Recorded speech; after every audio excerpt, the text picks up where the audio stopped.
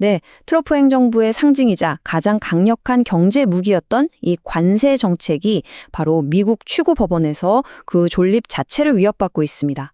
정말 누구도 예상치 못했던 심각한 위기 상황이 펼쳐지고 있는 겁니다. 대통령이 외국과 전쟁을 선포해도 의회는 그냥 바라만 보라는 것입니까?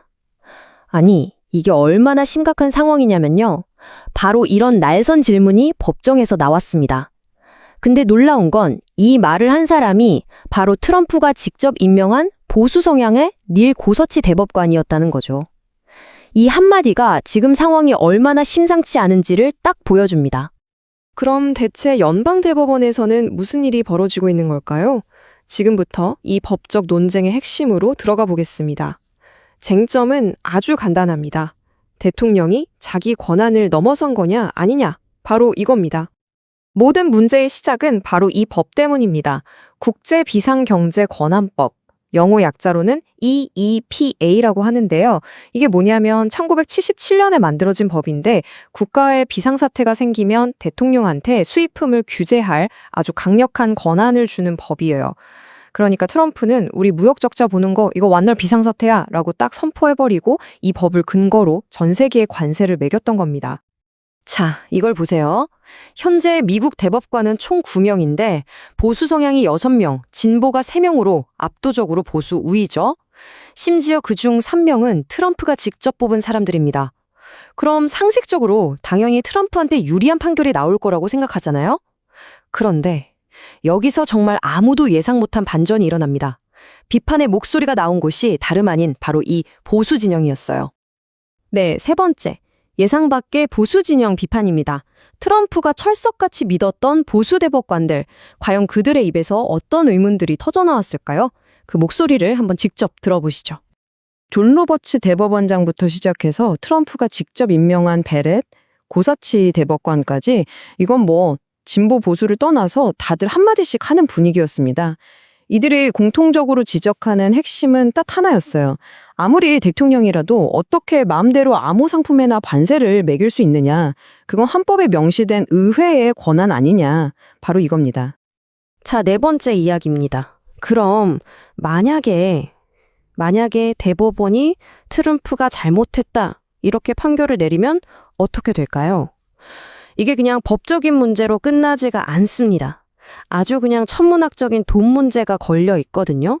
그 파장이 상상을 초월할 수 있습니다. 이 숫자가 모든 걸 말해줍니다. 890억 달러.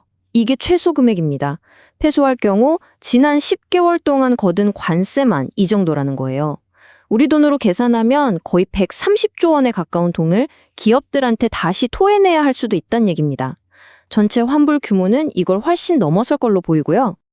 트럼프 전 대통령 본인도 이게 얼마나 심각한지 누구보다 잘 알고 있습니다. 직접 이렇게 말했죠. 만약에 우리가 관세에서 지면 미국의 파괴적인 결과가 올 거다. 자신의 정치적 유산이 걸린 그야말로 중대한 문제라고 생각하는 겁니다. 자, 이제 우리 얘기로 한번 넘어가 보죠. 아니, 미국 법원에서 싸우는 게 우리랑 무슨 상관이야? 싶으실 수 있는데 이게 우리 경제에 직접적인 영향을 미칩니다. 특히 우리 기업들이 약속했던 엄청난 규모의 투자와 아주 깊은 관련이 있습니다. 이 표를 보시면 확 와닿으실 겁니다. 트럼프 행정부가 관세 때릴 거야 하면서 압박을 하니까 우리나라가 무려 500조 원에 달하는 미국 투자를 약속했단 말이죠. 일본이나 유럽연합도 마찬가지고요.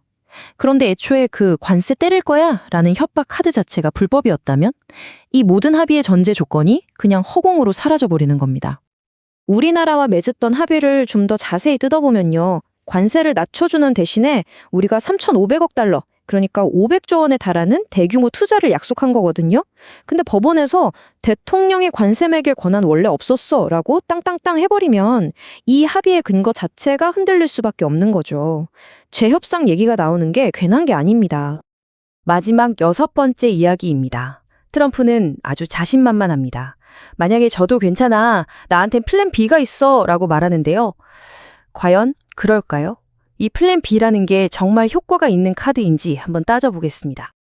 핵심적인 차이는 속도. 속도랑 범위에 있습니다. 기존에 쓰던 법 IEPA는요, 대통령이 이건 비상사태라고 말만 하면 뭐든지 어디에든 바로 관세를 때릴 수 있는 거의 만능 치트키 같은 거였어요. 근데 플랜 B자고 하는 다른 법들은 조건이 아주 까다롭습니다. 국가 안보에 위협이 된다는 걸 증명해야 하고 절차도 복잡하고요. 예전처럼 빠르고 광범위하게 휘두를 수 있는 무기는 절대 아니라는 거죠. 그러니까 결론은 이겁니다. 트럼프가 말하는 플랜 B는 기존의 그 막강했던 권한을 절대로 대체하기 어렵다는 거죠. 만약 대법원에서 패소한다면 이 관세를 무기 삼아서 전 세계를 쥐락펴락하던 트럼프식 무역 정책은 그 동력을 상당 부분 잃을 수밖에 없습니다. 결국 이번 판결은 단순한 관세 문제를 넘어섭니다. 미국 대통령의 권한은 과연 어디까지인지 그 선을 긋는 동시에 앞으로의 세계 무역의 미래는 어떤 방향으로 흘러갈지를 결정하는 아주 중대한 분수령이 될 겁니다. 전 세계가 숨죽이고 이 판결을 지켜보는 이유가 바로 여기에 있습니다.